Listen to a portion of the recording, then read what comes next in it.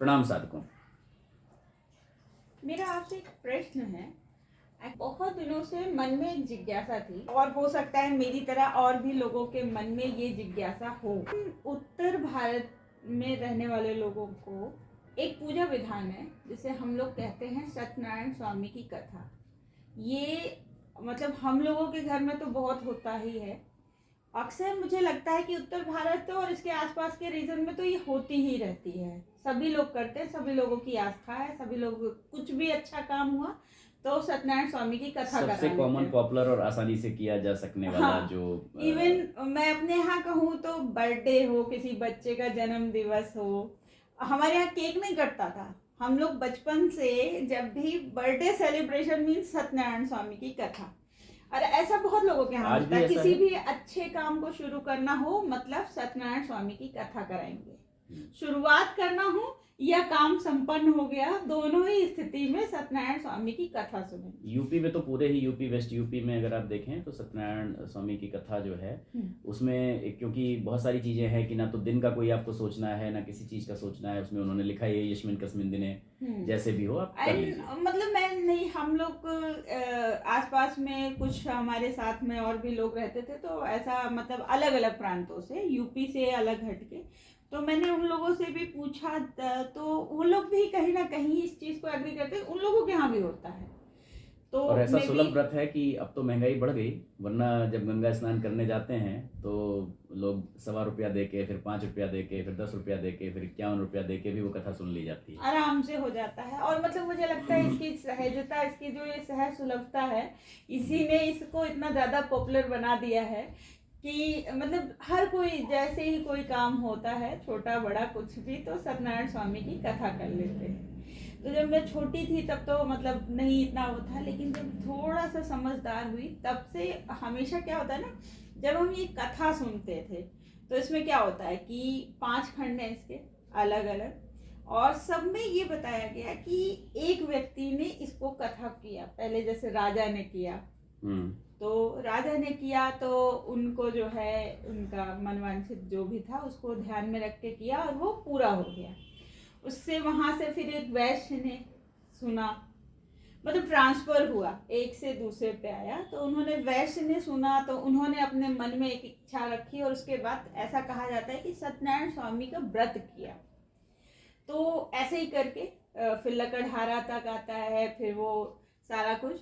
तो मतलब मुझे बड़ा अट्रैक्ट करती थी ये कथा शुरू से ही, बड़ा अच्छा भी लगता था सुन के। लेकिन फिर बाद में मेरे दिमाग में एक प्रश्न उठने लग गया कि एक्चुअली हर कोई ये कहता है कि इन्होंने किया, इन्होंने किया, इन्होंने किया, एंड उसके बाद जो है इनको वो मिल गया, इनका मनवांछित। बट कोई ये नहीं बताता है कि एक्चुअली वो कथा क्या है। फिर मैंने उसी कथा में सुना कि ये जो है ये स्कंद पुराण के रेवा खंड से निकला हुआ है।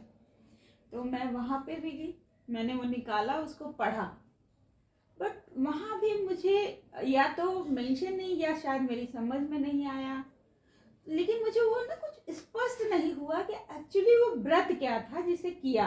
क्योंकि ये कहानियां हैं कि इन्होंने किया और इनका पूरा हो गया, बट इन्होंने किया क्या ये स्पष्ट नहीं हो पाया मुझे।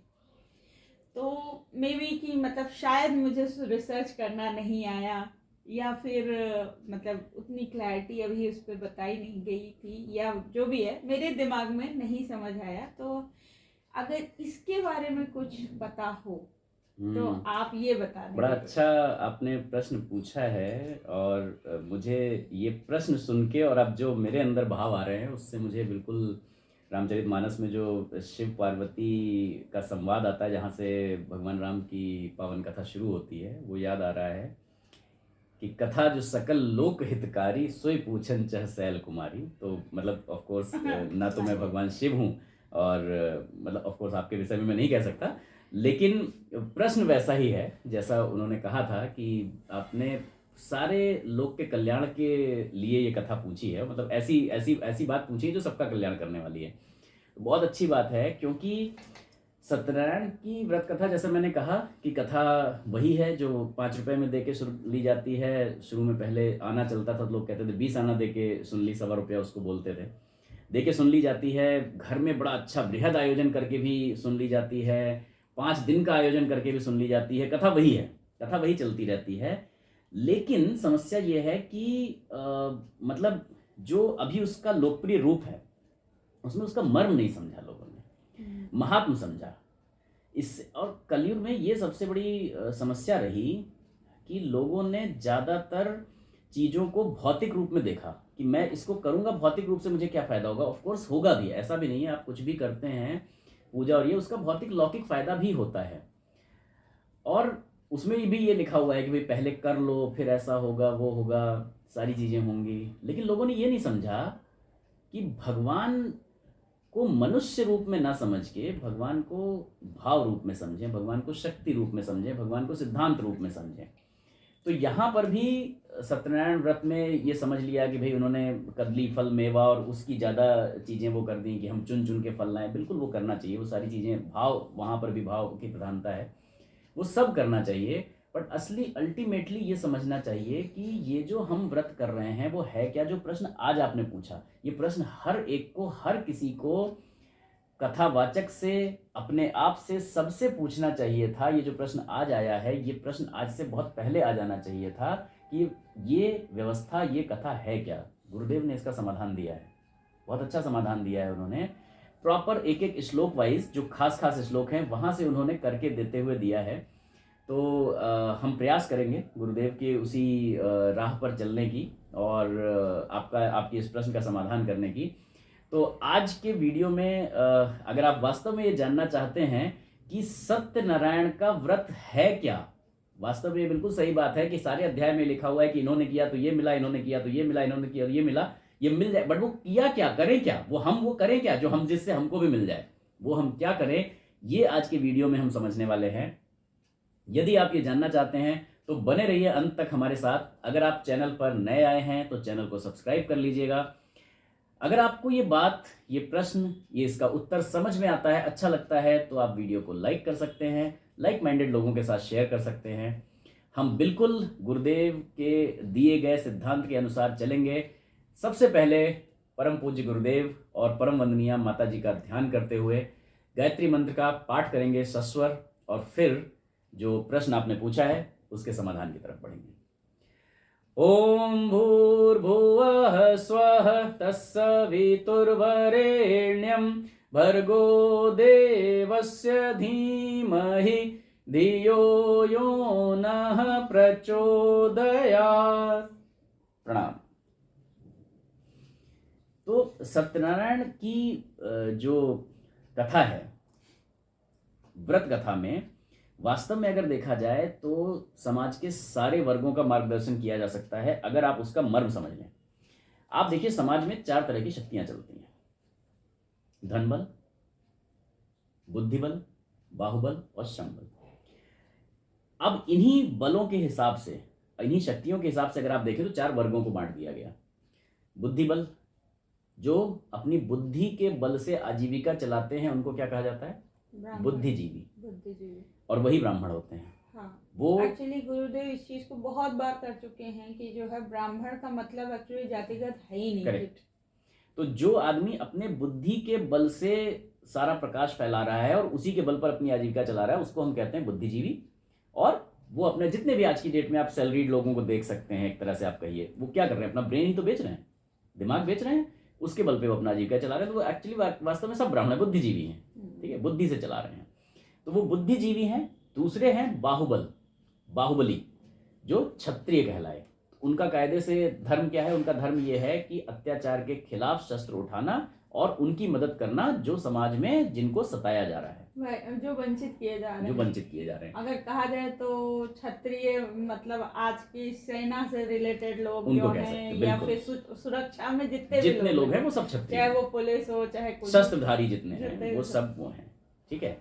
तो उनका ये धर्म बनता है कि वो किसी के साथ गलत ना होने दे, और करने का तो सवाल ही नहीं उठता, राइट। तो जो भी अपनी ड्यूटी पर ऐसा नहीं कर रहे हैं वो वंचित हो रहे हैं सत्य से। और अगर सत्य से वंचित हो रहे हैं तो आगा पीछा अगर आप उन्हें देखेंगे तो हो सकता है कि थोड़े समय में आप उनको उन्नति करते हुए देखें, आप उनको बहुत सक्सेसफुल देखें, लेकिन लॉन्ग टर्म में अगर आप देखेंगे तो कहीं ना कहीं वो पतन के गड्ढे में गिरते हुए आपको दिखाई देंगे। कि सत्य का व्रत। यस। तो आप अभी अभी मैं इसी पे आ रहा हूँ, चारों में अगर आप देखेंगे, फिर आता है आपका वैश्य समाज, ये जिसे व्यापारी वर्ग कहते हैं, धन बल, जो पैसे से पैसा, भाई सामान खरीदा, सामान बेचा, ट्रेडिंग कर रहे हैं, तो वो आ गए आपके धन बली। तो जितने भी ट्रेडर्स हैं, दुकानदार हैं, ठीक है, वो हो गए, ये वैश्य हो गए। मतलब आप ये सोचिए कि आज का बड़े से बड़ा बिजनेसमैन और छोटे से छोटा बिजनेसमैन, वो वैश्य है। वो सारा कुछ वैश्य वर्ग वैश्य। में आता है। चाहे उसकी जाति, मतलब आज जो हमारे यहाँ जाति प्रथा बना दी गई है, वो ब्राह्मण है कि कोई और जाति का व्यक्ति है, अगर वो इस तरह के व्यापार में है तो मीन्स वो व्यापारी, वैश्य, वो वैश्य। तीसरे चौथे आते हैं श्रमजीवी, जो मजदूर वर्ग है, जो श्रम करते हैं, जो खेती करके अनाज उगाते हैं। वो ट्रेडिंग नहीं करते, वो ट्रेडिंग कोई और दुकान में बैठा हुआ, मंडी में बैठा हुआ जो आपका लाला है, जो बनिया है, वो करता है। लेकिन ये जो लोग हैं जो उगाते हैं या जो किसी भी तरह से मजदूरी का कार्य करते हैं, वो श्रमजीवी हैं, जो अपनी मेहनत बेचकर अपनी आजीविका चला रहे हैं। मीन्स कि आप कोई ब्राह्मण है जो कि खेती किसानी कर रहा है और जाति से है वो ब्राह्मण, और कोई क्षत्रिय है जो कि कोई कुछ बनाने का काम कर रहा है, वो तो ये सारे कायदे से श्रम वर्ग में आए। श्रम में जो मेहनत करके कमा रहा है, जिसको अपनी मेहनत का पैसा मिल रहा है, मतलब उसने मेहनत की, पसीना आया और उसको पैसा मिला, उस पसीने का। आदमी कहता है खून पसीने की कमाई। तो जो एक्चुअली खून पसीने की कमाई कर रहे हैं, जो वास्तव में अपने श्रम से पैसा अर्जित कर रहे हैं, जो आपका मकान बना रहे हैं, जो आपका घर बना रहे हैं, कुछ भी कर रहे हैं, जो इस तरह की चीजें कर रहे हैं, जिसमें भी वो लेबर सब, इंटेंसिव जितना भी वर्क है वो जो है। हाँ, तो इन्हीं को वो शूद्र की श्रेणी में रखा गया था, राइट। उस समय जो ऐसी व्यवस्था थी, श्रमजीवी, तो शूद्र का मतलब श्रम से है, जो मेहनत करके कमा रहे हैं अपना, ठीक है। तो इसका मतलब ये नहीं है कि आप उनको किसी खराब नजर से देखें। भैया वो मेहनत करने वाले लोग अगर समाज में नहीं होंगे तो आपका समाज बैठ जाएगा। और जहां पर जिन देशों में नहीं है, वहां आप देखिए कैसी समस्याएं होती हैं। एक्चुअली क्या है ना कि किसी ने मतलब कहते हैं कि ना, इनिशियल जो हमारा जो वेद विधान था उसको लोगों ने बहुत मैनिपुलेट किया अपने अपने अकॉर्डिंग से। जिसके पास भी सत्ता थी, जिसके पास भी सामर्थ्य था, उन्होंने उस चीज़ को तोड़ मरोड़ के इतना विकृत कर दिया। अदरवाइज ये सारी प्रथाएं थी ही नहीं, हमारे वेदों ने कभी गलत नहीं बताया। और मतलब आज उसको लोगों ने जो साहस संपन्न थे उन्होंने ऐसा कर दिया कि आज उसी वेद का लोग जो है बिना समझे, बिना जाने, इवन एक अक्षर पढ़े बिना उसका विरोध करते रहते हैं। अब इन चारों शक्तियों को सत्य परायण बनाकर, इनको सत्य के साथ जीकर कैसे समृद्धि पाई जाए, कैसे इसको निभाते हुए, ये काम करते हुए सत्य पे रहा जाए, और उसके साथ आप अपने लौकिक जीवन को भी समृद्ध कर लें, पारलौकिक जीवन को भी समृद्ध कर लें, ये बताती है सत्यनारायण व्रत की कथा। ये है सत्य का व्रत, कि इन चारों शक्तियों में सत्य का समावेश करके कैसे आप अपने जीवन को उन्नत बना सकते हैं। लेकिन हमने इसको भुला दिया। अपने दैनिक जो क्रियाकलाप हैं उनको इतना सत्य के अकॉर्डिंग चला के जब आप आएंगे तब जाके, इसीलिए वो कहते हैं हर एक, उससे पहले कहा जाता है कि उन्होंने जो टाइम था उसको पूरा किया और उसके बाद प्रसाद ला के वो किया। मीन्स उन्होंने एक जो अपना टाइम दिन था पूरा, जो भी उनकी क्रियाकलाप थे उनको सत्य के साथ जिया। Correct. और बाद में उसकी पूर्णाहुति के रूप में वो प्रसाद बना के लोगों के साथ पूजा करता थी। अब आप देखिए, जो लोग बुद्धिजीवी हैं, जो बुद्धि से काम करते हैं और उसमें सत्यनिष्ठ हैं, उनमें बुद्धि के साथ जो लोग काम करते हैं, बहुत सारे लोग काम करते हैं, लेकिन उसमें सत्य का अगर आप पालन करते हैं, उसमें आप सत्यता अपनाते हैं, तो आप क्या बनते हैं? तो आप डॉक्टर एपीजे अब्दुल कलाम बनते हैं, आप प्रोफेसर विक्रम साराभाई बनते हैं, उनको सब जानते हैं। बाकी बहुत सारे लोग बुद्धि से चला रहे हैं, उनको कितने लोग जानते हैं? वो जीवन में वो ऊंचाई हासिल नहीं कर सकते ना, वो नाम वो यश हासिल नहीं कर सके। ऐसे ही बहुत सारे लोग दुकानदारी करते हैं, राइट, बहुत सारे लोग बिजनेस करते हैं, लेकिन हर आदमी टाटाज नहीं बनते। जिन्होंने बोला कि मैं रिश्वत नहीं दूंगा, भले ही मेरा जो है वो 4 प्रोजेक्ट ना अप्रूव हो, कोई दिक्कत नहीं है, मैं चाहता हूं कि मैं और मेरी कंपनी का हर आदमी जब जहां खड़ा हो तो वो सर उठा के खड़ा हो कि हमने जो काम किया वो ईमानदारी से किया। एंड आज देखिए ना कितना सम्मान है टाटा इसके प्रति, राइट। बहुत सारे ऐसे ही आप, ये तो बड़े आदमियों की बात है, आप अपने घर, मोहल्ले, मकान, दुकान में जाके देखिए, एक व्यापारी होगा जो कम मार्जिन लेता होगा, अच्छी क्वालिटी का माल देता होगा, पूरा तौलता होगा, उसकी दुकान पर आप जाके देखिए कितनी भीड़ लगी रहेगी। उसी के बगल में 4 दुकानें और खड़ी होंगी, वहां पर कोई भीड़ नहीं होगी, राइट। और आप भी जाएंगे तो आप 1 घंटे इंतजार करके वहां पे सामान लेने के लिए तैयार होंगे, लेकिन उस दुकान पर जहां पर आप खाली हैं और आपका समय भी बच सकता है, आप वहां जाने को तैयार नहीं होंगे। क्यों? क्योंकि आपको भरोसा नहीं है कि क्या ये रेट सही लगाएंगे, क्या ये सामान सही तोलेंगे, क्या ये सामान सही देंगे। हाँ, तो क्वालिटी और वो जिसने सब सत्य का पालन किया उसके पास पैसा भी बरस रहा है, वो मार्जिन भले कम ले रहा है, लेकिन इतने लोग लाइन लगा के खड़े हुए हैं कि वो आदमी तो शाम तक परेशान हो जा रहा है कि मैं कैसे वो करूं, मैं इतने लोगों को कैसे दे पाऊं। और रात में अंत में वो 9 बजे पर्चे लेने बंद कर देता है कि भाई अब नहीं कर पाऊंगा, मेरे लड़के थक गए तोलते तोलते। राइट। फिर आते हैं क्षत्रिय। आपने जैसी बात की कि जितने लोग सिक्योरिटी में लगे हुए हैं, जो वो हैं, बहुत सारे लोग अपना काम सही से नहीं करते, लोगों को नहीं बचाते, शायद लोगों के साथ गलत भी कर देते हैं। लेकिन जब पुलिस पदक की बात आती है, जब वीरता चक्र की बात आती है, तो वो किनको मिलता है? जिन्होंने अदम्य साहस का परिचय दिया, अपनी ड्यूटी सही से निभाई। ड्यूटी सही से निभाना ही सत्य का पालन करना है। और अगर समाज की नजर में देखा जाए तो उनके लिए कितनी ज्यादा सम्मान रिस्पेक्ट है, बहुत ज्यादा रिस्पेक्ट। राइट। ऐसे ही जो श्रमजीवी वर्ग हैं, जो एक वो वर्ग होता है, आपको नहीं पता कि इस काम के कितने पैसे जाएंगे, वो कहता है कि नहीं साहब मुझे पता है कि इस काम के इतने ही जायज पैसे, मैं इतने ही लूंगा। आप उसको देखिएगा कि वो श्रम से जीवन वो कर रहा है, लेकिन उसके पास ना तो काम की कमी होगी और ना ही किसी लौकिक जहां पे जिस उसमें है उसकी अपनी व्यवस्था की कोई कमी होगी। उसको हमेशा उसको काम के लिए लोग पूछते रहेंगे। अपना काम 1 महीने लोग टाल के भी, भैया तुम कब खाली होगे, तुमसे काम करवाएंगे। ये है सत्य पालन से समृद्धि। अगर आप सत्य, आपको मैंने लौकिक एग्जाम्पल दिए सारे, कोई पारलौकिक तो नहीं दिया ना अभी तक मैंने ऐसा तो नहीं दिया कि स्वर्ग मिल जाएगा, इसके बाद ऐसा हो जाएगा, स्वर्ग में ऐसा होगा, आप इंद्र के पद को सुशोभित करेंगे, आप ऐसा करेंगे। अभी इसकी कोई बात नहीं की, अभी सारी बातें लौकिक हो रही हैं। आप लौकिक में ही देख लीजिए, अगर आप सत्यनिष्ठ हैं तो कैसे होता है, इस तरीके से होता है काम। राइट। तो इसका ज्ञान था सत्यनारायण की व्रत कथा में, जिसको असल में लौकिक जो कथाएं हुई वहां पर कथा करवाने वाले और करने वाले दोनों का ये रहता है कि भाई व्यवस्थाओं पे ज्यादा ध्यान है, व्यवस्था ज्यादा कर लें। जो लोग आ रहे हैं उनके लिए चाय पानी की व्यवस्था ज्यादा हो जाए, पंडित जी आ रहे हैं उनके लिए भी दान दक्षिणा की व्यवस्था ज्यादा हो जाए। आजकल तो थोड़ा सा विकृतियां भी आने लग गई हैं। आजकल तो लोग वो कहने लगे संगीत में कथा नहीं संगीत में तो करेंगे ही, साथ में वो होता है पंडित जी जल्दी 1 कर घंटे की दीजिए। कथा है तो आप आधे घंटे में कर देंगे क्या? क्योंकि टाइम नहीं है। बहुत बढ़िया बात आपने कही। और वो जो टाइम बचाना है, वो बचाना किस लिए है? हमारे 4 रिश्तेदार आए हुए हैं, इनको भोजन के लिए लेट हो रहा है, डिनर जो होगा या लंच जो होगा उसमें टाइम में लेट हो जाएगा। उसके बाद बैठ के जो हमें गपशप करनी है, जो गॉसिप करनी है, उसका टाइम नहीं बचेगा। ऐसा नहीं है कि सबको कहीं चले जाना है, अगर छुट्टी तो सबने ले ही रखी आने के लिए, लेकिन पंडित जी थोड़ा सा लेट हो गया, शॉर्ट में कर दीजिएगा। पंडित जी को भी 4 और कथाएं करानी है, पंडित जी भी शॉर्ट में कर देंगे।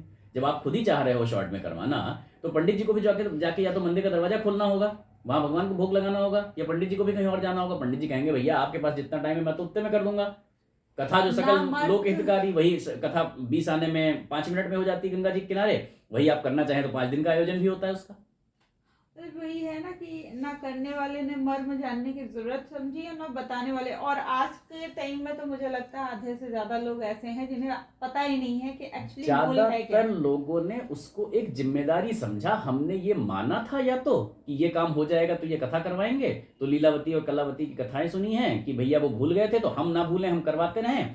और कुछ लोग ऐसे हैं जो भैया हो सकता है हमने आगे पीछे कभी कुछ किया, भगवान का धन्यवाद अदा करने के लिए कर दें, तो कर तो हम भगवान का धन्यवाद अदा करने के लिए रहे हैं, लेकिन हम उसमें भी व्यवस्थाएं लौकिक ज्यादा देख रहे हैं। वो व्यवस्थाएं पहले हो जाएं, ना तो जो लोग आ रहे हैं उनको वो कथा सुनने में, कथा का मर्म जानने में कोई इंटरेस्ट है, वो भी देखते हैं जो आसपास में है कि शंख कब बजा, घंटी कब बजी, अब आरती होने का टाइम हो गया तो चला जाए, अब तो प्रसाद की व्यवस्था हो ही जाएगी, समय कम लगेगा। लोग 5 शंख गिन के रखते हैं कि 5 अध्याय मीन्स 5 कथा शंख बजेंगी, हर अध्याय पूर्ण होने पे शंख बजती है, तो 5 शंख हुई। अच्छा ये 5वीं है, यानी कि अब आरती होने वाली होगी, अब चलते हैं प्रसाद मिल जाएगा। तो इसीलिए हमें ये कथा का मर्म YouTube पे लाना पड़ रहा है कि जब कभी आपके पास समय हो, अगर ये वीडियो थोड़ा लंबा हो जाए तो क्षमा करिएगा उसके लिए, जब कभी समय हो तो जहां तक वीडियो चला है, अब तो YouTube ने भी ये फैसिलिटी दे दी है कि जो वीडियो आप देख रहे थे वो वहीं से शुरू हो जाएगा, जहां से चल रहा था। आपको याद रखने की भी जरूरत नहीं, वो मेमोरी उसने अपने अंदर बना ली है खुद ही कि वो वहीं से शुरू होगी। तो अगर मान लीजिए वीडियो 30 मिनट का है, आपके पास 5 मिनट का समय है, तो 5 मिनट अभी देख लीजिए, बाद में 5 मिनट चला के देखिएगा।